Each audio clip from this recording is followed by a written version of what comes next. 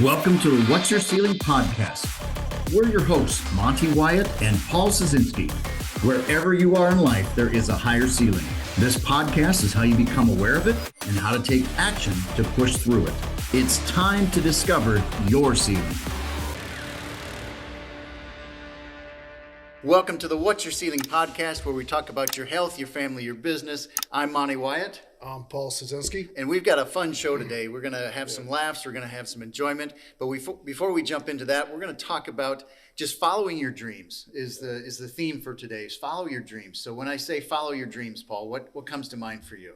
Well, I think it's something that we always, as a young child, are looking ahead of what we want to do with our life. And we build those dreams of the character you become, the family you become from, and that journey starts at a young age. And I think we all have that imagination that turns into a dream, and hopefully we follow those dreams. I love how you said the word imagination, because that's where it starts. You got to have good imagination. You got to have, and then you want to become something. You want to do something, and that's following your dreams, is doing something that you never thought possible, or doing something that you want to do that you've always dreamed of. Yeah, and I think that gets manifested with your life experiences. And then every person is driven different. But the guy that we're all different. And that's what makes this world great. And that imagination and following those dreams. And we got a gentleman here today that I think you're not going to want to miss this episode. This gentleman, he's an entertainer, a husband. He's a father. He's also a community leader in the Midwest. But this gentleman here, he come from a mob family, worked hard, worked his way up, and a lot of his imagination and dream, I think, started there. So we're going to be able to hear a little bit about his family. We're going to hear how he got from the Midwest entertainment to Las Vegas. Not only that, it's really interesting because this gentleman also has been in every state entertaining. So I'd like to introduce to you Willie Farrell. Willie, welcome here, buddy. Hi, guys. This is nice. Guy, you start talking about this, and I'm thinking, who's he talking about? I thought I was on the show today. Because it's me. So yeah. Well, as you can see, Willie's got a lot of cash with him today. Yeah, that's just, they're going to pay me big bucks today. So we got him out here because it's hard to get Willie. He's in Las Vegas about every month, or maybe Chicago or some other place around the States. But we are glad to have you here, Willie. I'm glad to be here. We go back a long ways, and that's yes. When you called, I thought this would be a great time to reconnect. It is. And I just met Monty here. Absolutely. He seems like a lovely fella. So well, thank you. I think. Now, Willie and I go back a long ways in the boxing business. Yeah. And Willie is probably one of the best ring announcers that you could ever get. He's entertaining and he knows boxing. I know. You know what? The Buffer boys, tell them to move over. That's right. Willie Farrell's moving in. That's right. And he knows boxing. You got a background in boxing and yes, I do. Entertainment. And our audience out there would like to know, how could a guy grew up in Des Moines, Iowa, that's also involved with the mob? Yes. You've been involved with a lot of entertainment. We're going to talk about that from Rocky Marciano. We're going to be talking about the Kennedys. We're going to be talking about Senate crime committees. We're going to talk about a lot of great stuff. Yeah. People are saying, where's the comedy clubs? I think it'll all come together in the end. We'll make it meet. We'll make it meet. Yeah. So, Willie, let's start out kind of how you grew up and that journey of living your dream, because becoming an entertainer in Iowa is not always easy.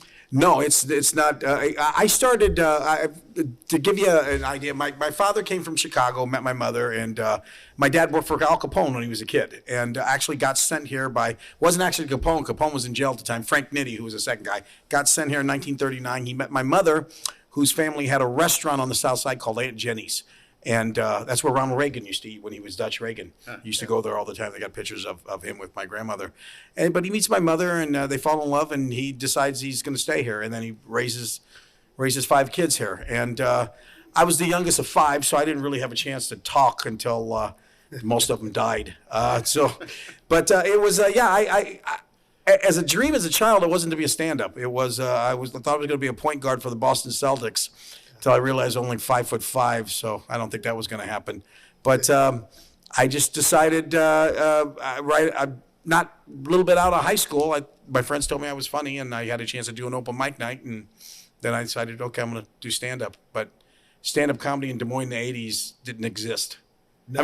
I mean, now you can go to a restaurant right now, start talking about stand-up, and I guarantee you the waiter will come over and go, I'm a stand-up comic. Everybody's a stand-up comic now. So yeah, you know what? You were Willie, kind of the lead person. I was the only guy doing stand-up comedy. I mean, I used to talk about it in the late 80s, and people were going, what exactly, don't you have to be in LA? Don't you have to be in New York? Don't you have to be in Chicago? And I said, well, I'm going there, but I live here. Yeah. But no one could believe that why would a person live in Des Moines, Iowa and do stand-up comedy? But yeah, I actually had the same thing. Yeah. I'd be doing business in New York, or I'd be business in Las Vegas. Yeah. And they're going, why do you live in Des Moines, Iowa? And, and I'd always say, because I love Iowa. I do too. I'm the biggest. I used to do shows, commercials for Greater Des Moines, talking about how great Des Moines is. I love it here. It's a great town. It is. Yeah. It's a great place to live, and I think, as we've seen here in the last few years, other people are finding out it's a pretty good place to live. Yes, it is. But getting now, when you're building your dream, and you're obviously an athlete. We'll talk later about your daughter, who's a great athlete also. Your whole family are great athletes. Yes. And you have a brother that's in the Hall of Fame at Dowling, and he's done some great stuff.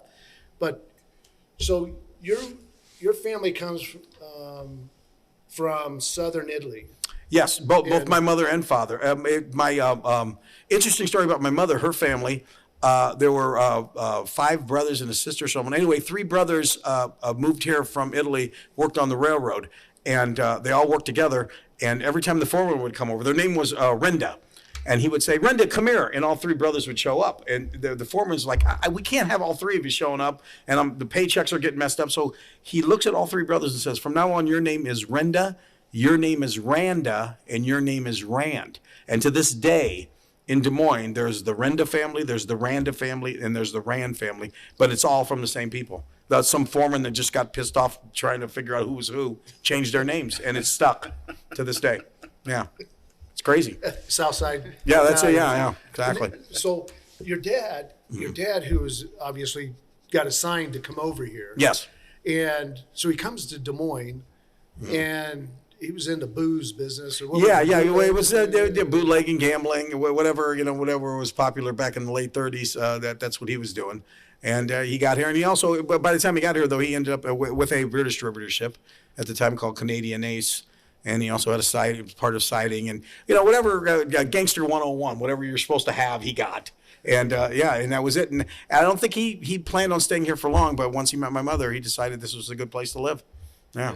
How was it being a kid and knowing, or maybe you didn't know that your dad was? I really didn't. Like I said, when people always ask me when you were a kid, did you know your father had? And I said there was a few signs. Number one, we never waited in line anywhere to go anywhere, so we always got in. So I thought he must be a special kind of guy. And number two, by the people that would show up at my house. I mean, as I got older, I finally realized, that was Jimmy Hoffa.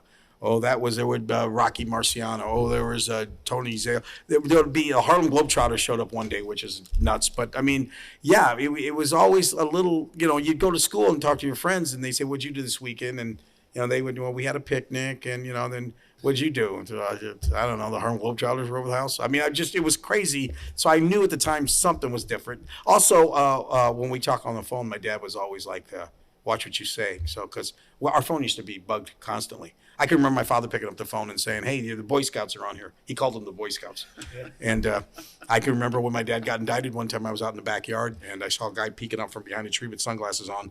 And I ran in the house and told my dad. My dad came out and he said, "Come on." And next thing I know, a caravan of just FBI agents, and they all came up and they indicted him at this time for one of the several things he used to get indicted for. But we had cops at our house a lot. So Willie, your dad had a nickname. And it was, yes, he did. Well, it was a nickname, but you didn't ever call him that to his face. Okay. It was his actual name was Luigi Frado. He changed it to Lou Farrell as a kid. He was a boxer himself, and also an alias, as you know. But the paper used to call him Luigi Cockeyed Louie. And because he had a cock eye, and he used to wear sunglasses all the time like I do. I wear them because I have bags under my eyes. I'm vain. He wore them. He didn't like the way his eyes looked. So, but he wore sunglasses all the time, which kind of fit in with the whole gangster thing. So, Right. yeah. Which your dad was indicted by the Senate Crime Committee. Yeah. How many times was he? Well, there was 4 of them. The ones I know of for sure were there was Kefauver, Capehart, and McClellan, and there was one more, and I can't think of the name right off but yeah, he went in front of all 4 of them, and yeah, that's the only live film I have of my father just taking the Fifth Amendment in front of Robert Kennedy. I mean, you look it up, you can Google it, YouTube it right now. It's RFK Lou Farrell, and you can watch him just keep on saying, "I refuse to answer that on the grounds that'll incriminate me." And he was supposed to bring a suitcase at one time. One time they subpoenaed his records, and so he brought the records in a briefcase, and they said open it up, and he said you did not subpoena the key, and they couldn't get it open. I mean that's for real. I mean, yeah. Oh yeah. So he got away with some stuff. So there's a story out there that Kennedy and your dad weren't exactly the best buddies. They hated each other. I mean, really, really hated each other. I mean, people can go back and look at the Kennedys and the mob were close at one time. The old man was, and then after he got elected president, then they weren't close. And anyway, Kennedy at one time at one of these indictments actually told my father, "Why do you wear sunglasses? You look like a gangster." And my dad threw a couple dollars at him and said, "Why don't you cut your hair? You look like a fruitcake or something." You know what I mean? He kind of insinuated he looked more like a girl than a boy. And yeah, they didn't care for each other too much. And in Kennedy, it was kind of weird. My dad died in 1967 and Kennedy died in 1968. So, you know, I'm sure they've resumed this fight up in heaven. So. But you know, your dad was always quick on his feet. Yes, yeah. And if anybody's ever seen Willie out there, he's the same way.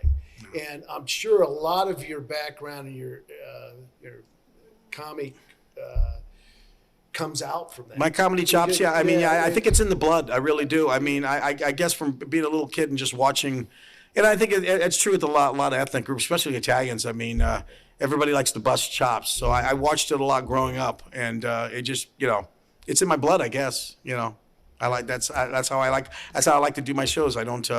I have an act, but for the most part, I like to get out in the crowd and just try to be spontaneous and make things happen.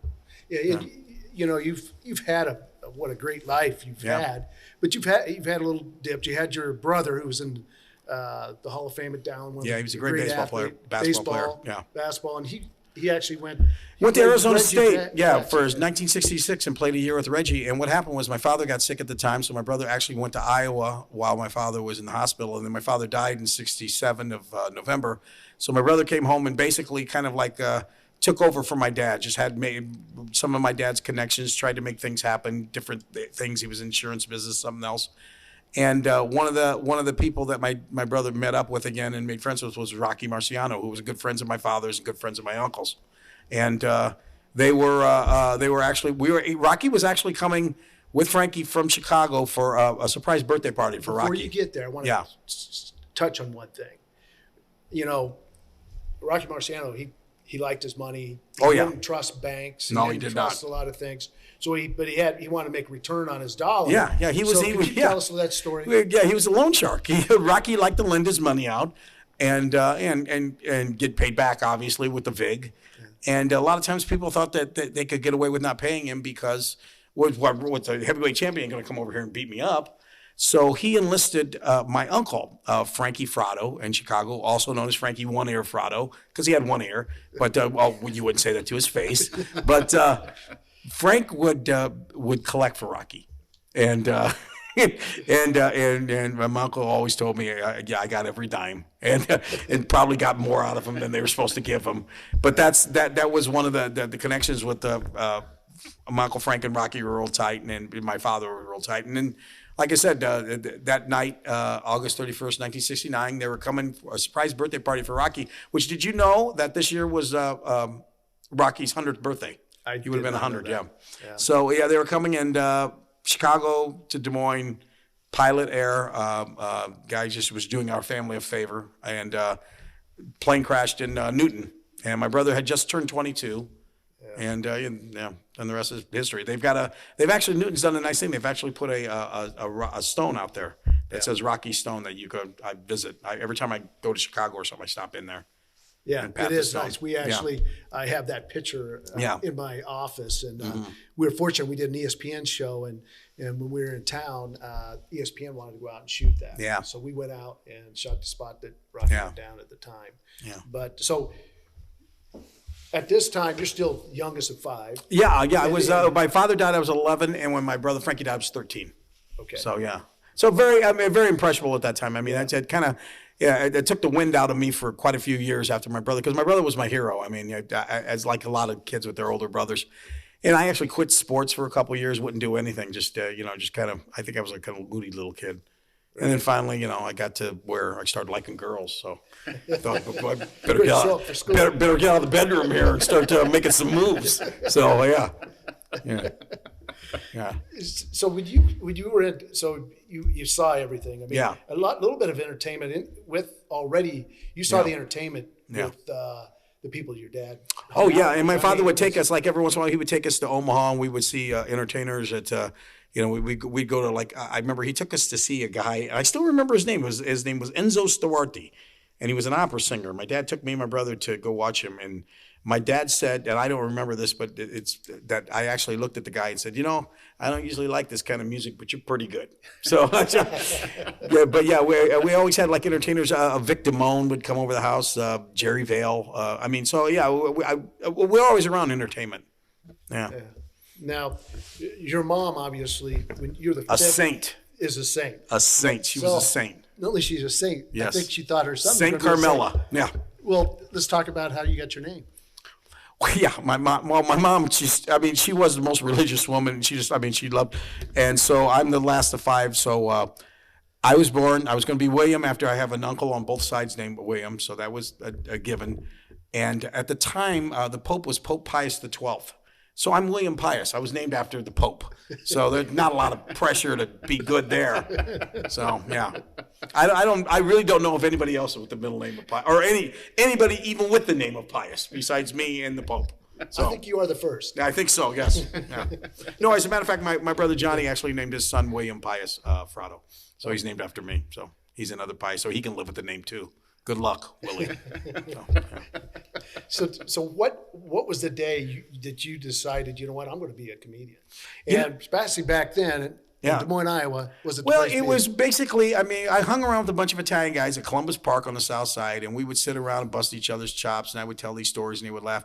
So come to find out, January of 1980 at the Ingersoll Dinner Theater, someone was doing an open mic night, comedy. We're going to try comedy.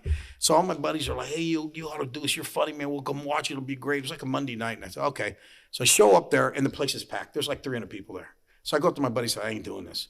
And they're like, hey, we all paid to get in here. Are you going to reimburse us? I said, no. So what happened was, during the course of the night, there was a heckler, and he was heckling the other comics and throwing them off their game. And I got up there, and I still got the tape of it, and he tried to heckle me. And that quickness, that Italian stuff came out, and I went right back at him.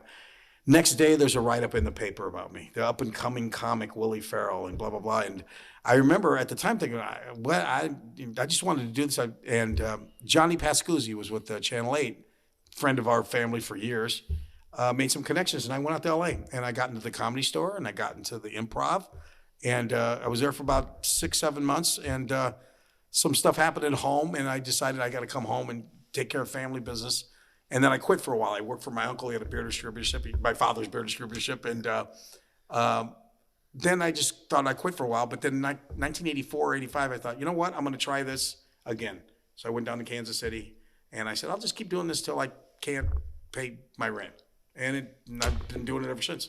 It's going on 40 years.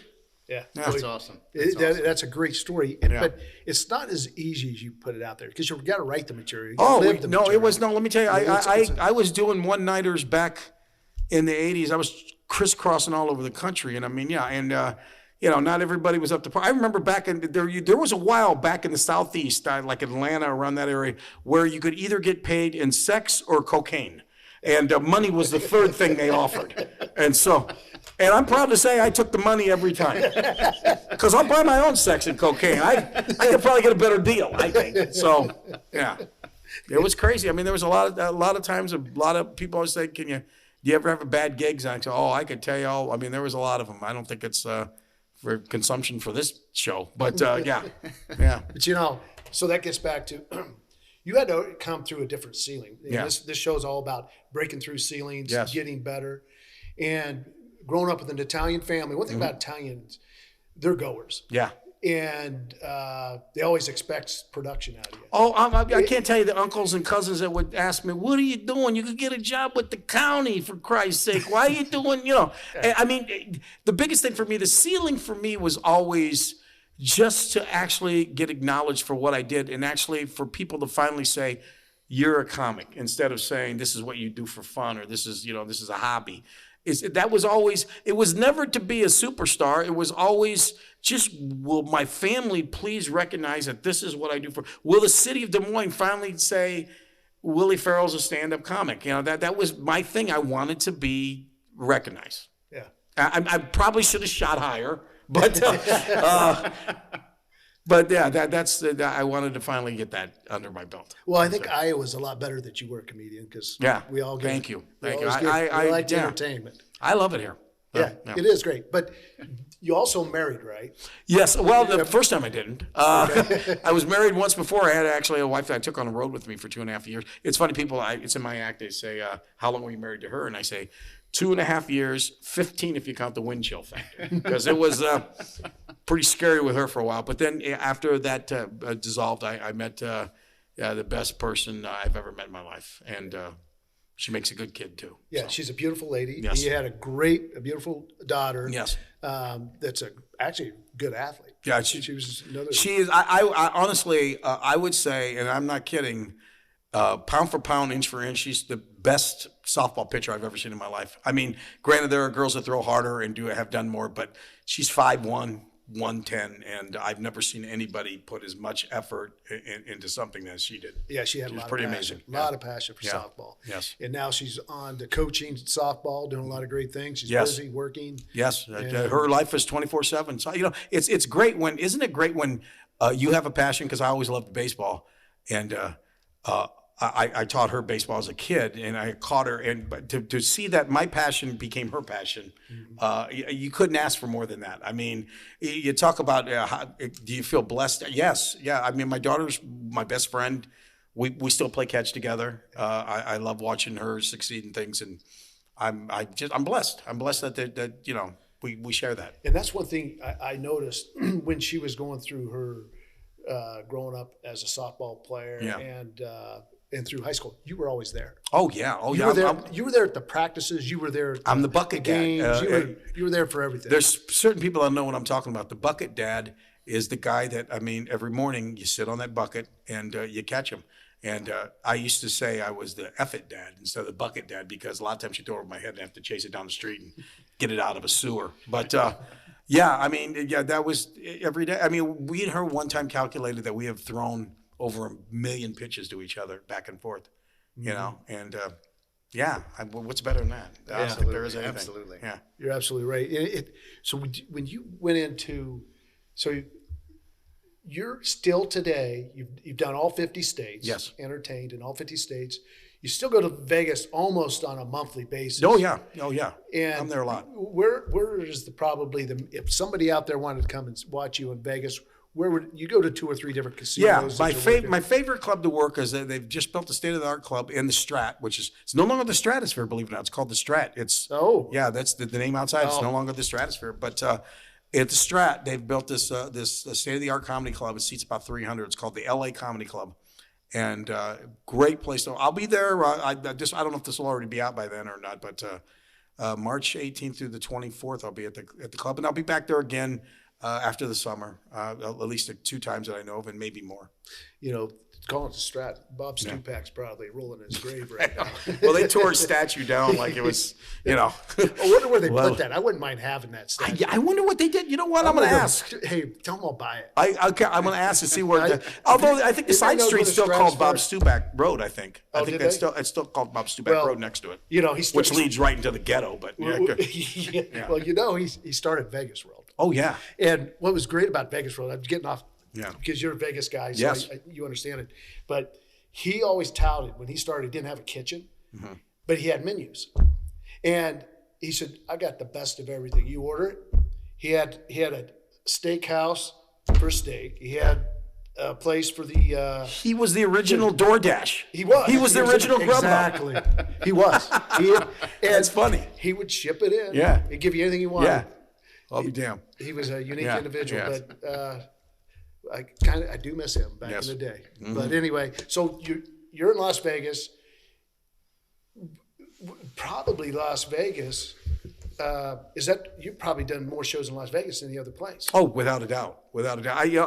My wife and I one time were trying to calculate. I mean, I've been going there since '74, but I mean, the first time I stepped on stage was probably '84, '85, and I mean, I've worked there at least 2, 3, 4 times a year at the minimum every year since then.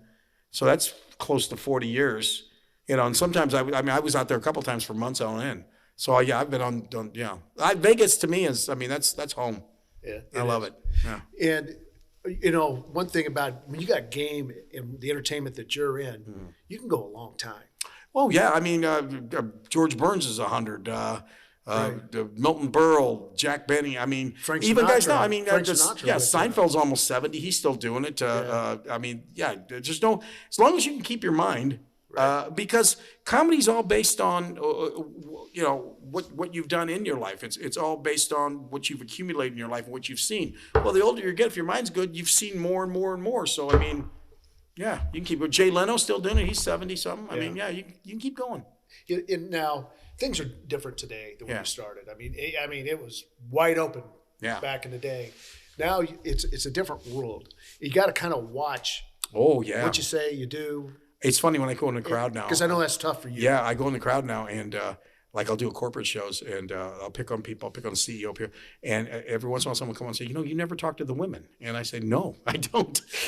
Hashtag me too. Have you forgot about that? I'm not. I mean, sometimes I'll pick. I mean, if I know it's somebody that can. But yeah, you've got to definitely watch yourself. I don't want to get canceled for anything. You know what I mean? So there's enough people to pick on. I don't need to start any. Of course, I'm not like that. I'm not like when people talk about. A lot of people say, "Oh, you're like a Don Rickles." I'm not really, because I don't really try to bust people's chops. Like, I try to have fun with them, and hopefully they'll have fun with me. But nothing cruel. Right. Yeah. Don Rickles was the best. He was. I loved him. I did too. Loved him too. Yeah. Getting in front of an audience all the time has got to be stressful. Yeah, I mean, what's funny? I've often thought about that. I'm almost jealous of the young comics nowadays, because I can remember when getting on stage, we'd have butterflies, and it was kind of a neat feeling. You think about it all day long. What I'm going to do. I'm sure, like it's being like a prize fighter. That day when you're thinking about getting in the ring, and now I don't. It's weird. I mean, on most shows, I don't. I'm just basically like I just hope I can remember my act, but I don't have that. Although sometimes if I'm doing something that's a television thing or I'm doing a big corporate thing where I know it's important, I might have a little, but not like it used to be. Yeah. I mean, I got a lot of muscle memory, so I just hope that'll kick in when I'm getting ready to do something. Yeah. Or a heckler. Yes, help you out. exactly. Please. Yes. What was your breakthrough moment that to get to Vegas and to get to all those other locations? It's funny. I used to work in Chicago and work a lot of different places, and I got one of my first booking agents was a guy that used to be on the Sopranos. He was Bobby Bacala. Steve Sciarippo was a booking agent, and he saw me someplace and said, "I can get you a lot of gigs out in Vegas and Atlantic City." And he kind of helped me along the way. And this was a while back. And yeah, once I got my foothold in Vegas, I wasn't going to let go. So I'm going to be there. And the trouble is, a lot of times you work a lot of these clubs, and this goes for like any comedy club. You have an agent that likes you, and that's great. But sometimes the agent leaves or retires, or now there's a new guy. Now you got to like a wine and dine him to make sure he likes you as much as the other guy did. Otherwise, you get put. I've had a few clubs where a new agent came in and he brought his people in, and I got left out. So. Yeah. And it's real hard to get in when you say, "Hey, I'm 103. Can I work your club?" Nobody wants the old guy. So, yeah. Oh, that's awesome. When you think about, one of the questions we love asking our audience, or love asking our guests is, what do you want to be known for? It's not. It has nothing to do at all with what I do for being. I don't want to be known for he was the funniest guy. I want to be known for being a good friend to people. I want to be known as being a great father. I want to be known. I mean, that it sounds corny as hell, but it's the truth. I mean, I'm 67 now, and I'll be 68 next month. And yeah, the thing that's most important to me is that I want people to say, he was a good person. He was a good guy. He took care of his friends. You know, he was a great father. He was a great husband. Yeah, I just want to be I want to be known as a good person. That's it. I mean, the stand-up comedy, there's a lot of stand-up comics that are a lot better than me. They're just horrible people, you know? So that doesn't, I don't think that speaks for you. If you're a good comic, big deal. Anybody can do that. Be a good person. Yeah. You know, Willie, Yeah. you know, we've worked together in boxing shows. We've done a lot of stuff, and I've seen you at charities. And I think you're right. I think you're going to be known for your entertainment and comedy. But I think your biggest thing is when you call Willie and say, "Hey, I got this thing going on. Can you help me out?" You always show up. Yeah. That's Over what I and over did. again. Yeah, exactly. I That's, mean, that's more important to me than anything. I mean, the fact that we've been friends for all these years, and you know, there's been times we haven't talked to each other for a while, but as soon as we see each other, we pick right up, and I cherish that. I do. It is. That's an important thing to me. Yeah, it is, and that builds bonds forever. Yes. Yeah.